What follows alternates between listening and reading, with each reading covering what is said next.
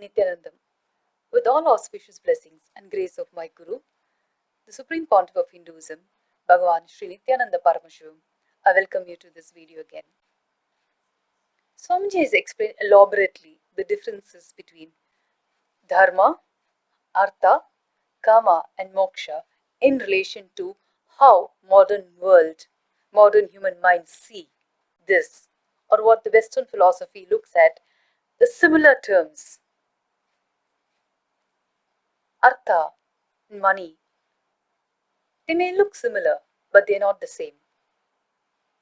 Artha, as per Hinduism and all the Dharma Shastras, means a man who's making money can make money based on upholding the principles, and the only way he should be making money is through righteousness, being just, being fair. That is the path for Artha. But today's world, money is not the same. Anybody can make money any which ways. The goal is to make money. There's a very well known saying in Hinduism that says, do not make money through selling alcohol, selling any substance that is harmful to human beings, through prostitution.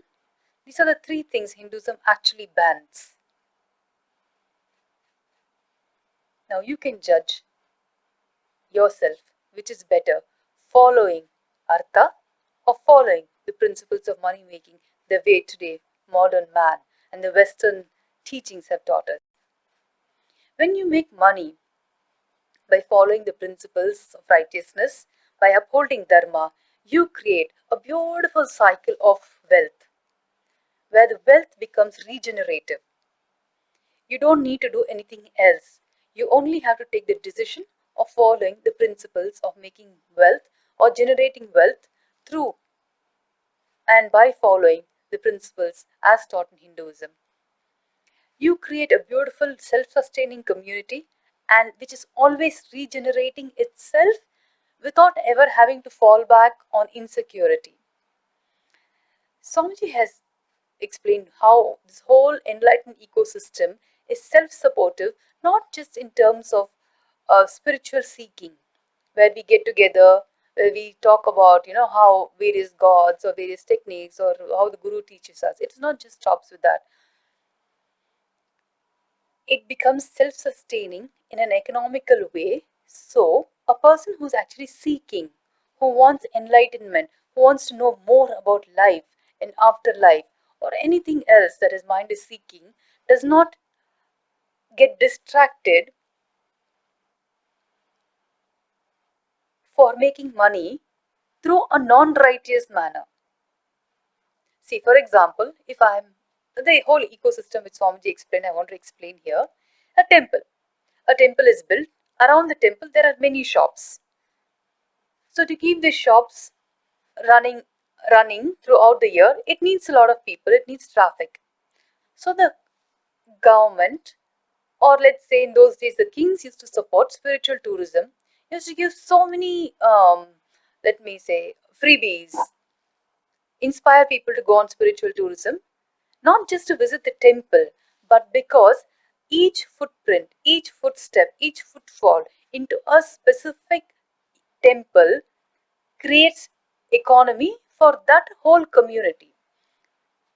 When you go, you're not just going to go to the temple and walk out. Surely not. You will go buy flowers from the flower maker, you will offer it, then there you'll offer something in the temple hundi for the temple to self-sustain itself.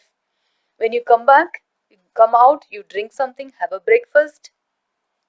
So there is income that you are giving to another person, which makes him feel happy that he's making the income in a righteous way.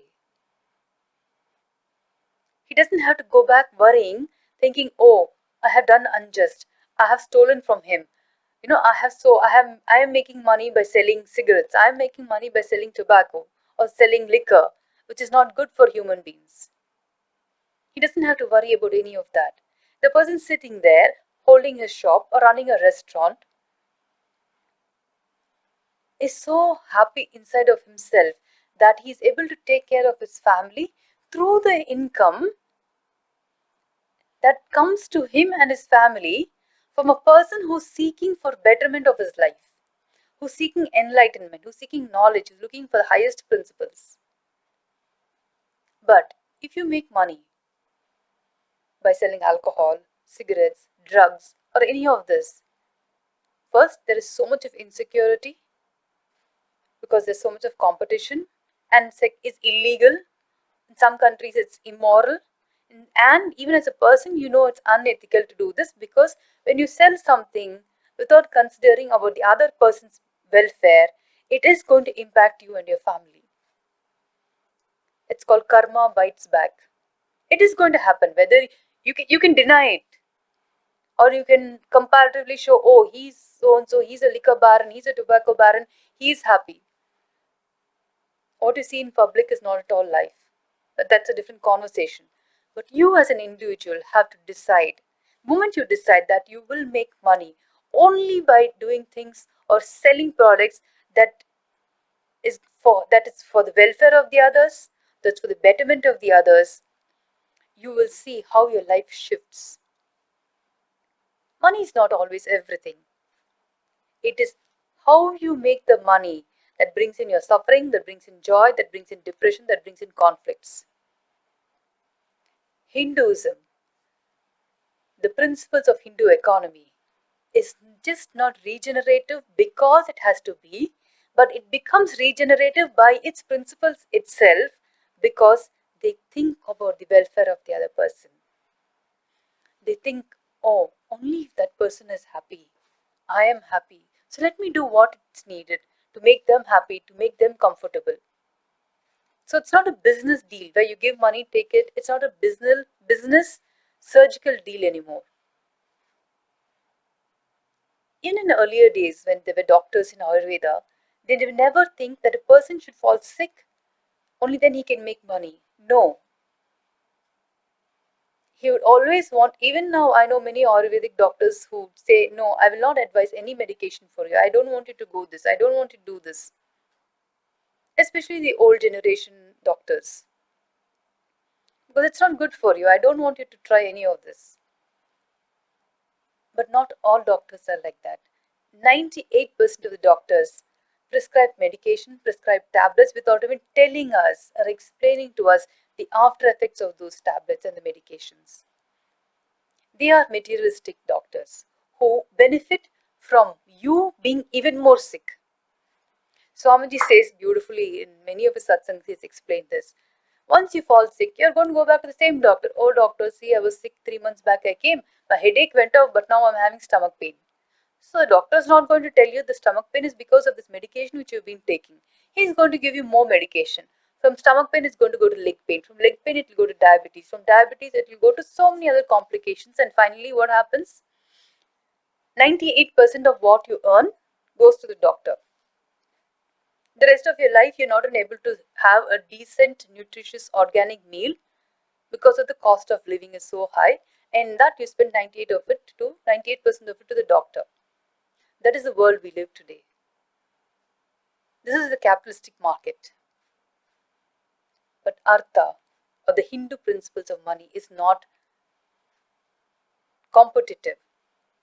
It is complementary. So Artha and the money making principles today are not the same. Both are very different from its foundational principles itself. In Kailasa, the supreme pontiff of Hinduism has made this Artha as the economic principles of Kailasa itself, whether it's from purchasing or construction or even buying food, making how you buy the produce, everything is based on these principles.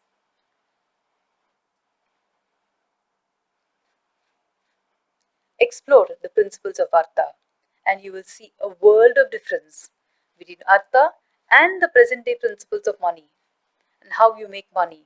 The principles of capitalist economy, the principle of communistic economy are completely different. Artha is a cut above the rest. Learn it, explore it, live it. Be part of Kailasa's the Hindu economic network. It is not a business proposal or proposition, I'm saying. It is the values, the principles. Whether you are part of us or not, but follow the principles for yourself, for your family, and for your future. Thank you for watching. Till next time, Nithyanandam.